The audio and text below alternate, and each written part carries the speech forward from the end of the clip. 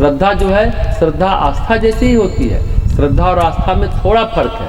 आस्था मानसिक होती है, आस्था और विश्वास जब भूल जाते हैं हृदय में तो भाव बन जाता है, और भावना जब शिखर पर होती है तो श्रद्धा बन जाती है। भाव भूल जाते हैं तो श्रद्धा हो जाती है। फिर अनुभूति ऐसे नहीं होती है। अनुभूति के लिए जब मन की मलिनता की परतें खुलती चली जाती है, अगर ये आस्था है कि आत्मा ही ब्रह्म है, कल्पना आई, विश्वास किया, कल्पना की, विचार किया, विश्वास किया, आस्था किया, श्रद्धा भी कर लिया, लेकिन श्रद्धा से अनुभूति तक पहुंचने के लिए आपको आत्म तत्व के अनुसार आचरण करना होगा। जैसे कोई नुकसान पहुंचाए, कोई फायदा पहुंचाए, कोई गाली दे, कोई प्रशंसा करे, आपको ये मालूम है कि ये सब मिथ्या है।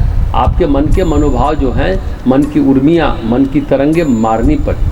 आपके मन में आलोड़न है, तरंग की चंचलता है, तो आप अनुभूति को नहीं प्राप्त कर सकते। इसलिए कहा जाता है श्रवण मनन निधिध्यासन। श्रवण मतलब सुनना, मनन मन में उसका मनन करना, चिंतन करना, और निधिध्यासन का मतलब है उसमें डूब जाना, उस विचार के साथ एकाकार हो जाना, एकात्म हो जाना, समाधिष्ठ हो जाना, उस विचार में लीन नहीं विलीन हो जाना। गुरु की बातें विचार तक सीमित नहीं रहे, अनुभूति बन जाए, तब बात बनती है।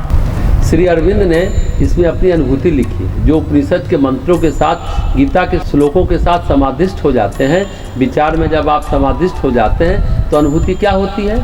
उनको 3 देव दर्शन देते थे। एक मंत्र मूर्तिमान होकर खड़ा हो जाता था प्रकाश के रूप में, दूसरा मंत्र का देवता आकर खड़ा हो जाता था श्री अरविंद के सामने अलीपुर जेल में, और तीसरा मंत्र का ऋषि भी आकर खड़ा हो जाता था। ये होती है अनुभूति। अनुभूति कल्पना नहीं है, अनुभूति है विचार का जीवंत होना। जीवंत होना मतलब चलना फिरना, घूमना टहलना। ये तभी हो सकता है जब चित्त का मैल टूटे, परते टूटे। हे गरुड़, इस तत्वज्ञान का अंतिम कृत्य सुनो, जिसके द्वारा ब्रह्मपद या निर्वाण नाम वाला मोक्ष प्राप्त होता है। अब मैं उसे कहूँगा। अंत समय आ जाने पर पुरुष भय रहित होकर असंग रूपी शस्त्र से देहादि की आसक्ति को काट दे। घर से सन्यासी बनकर निकला धीरवान पुरुष पवित्र तीर्थ में जाकर उसके जल में स्नान करे।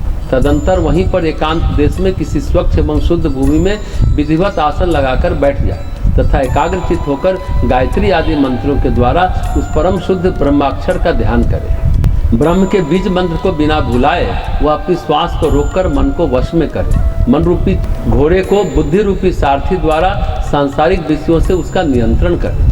अन्य कर्मों से मन को रोककर बुद्धि के द्वारा शुभ कर्म में मन को लगाए। मैं ब्रह्म हूँ, मैं परम धाम हूँ, मैं ही ब्रह्म हूँ, परम पद मैं ही हूँ। इस प्रकार की समीक्षा करके आत्मा को निष्कल आत्मा में प्रविष्ट करना चाहिए। जो मनुष्य ओम इस एकाक्षर ब्रह्म का जप करता है, वो अपने शरीर का परित्याग कर परम पद प्राप्त करता है।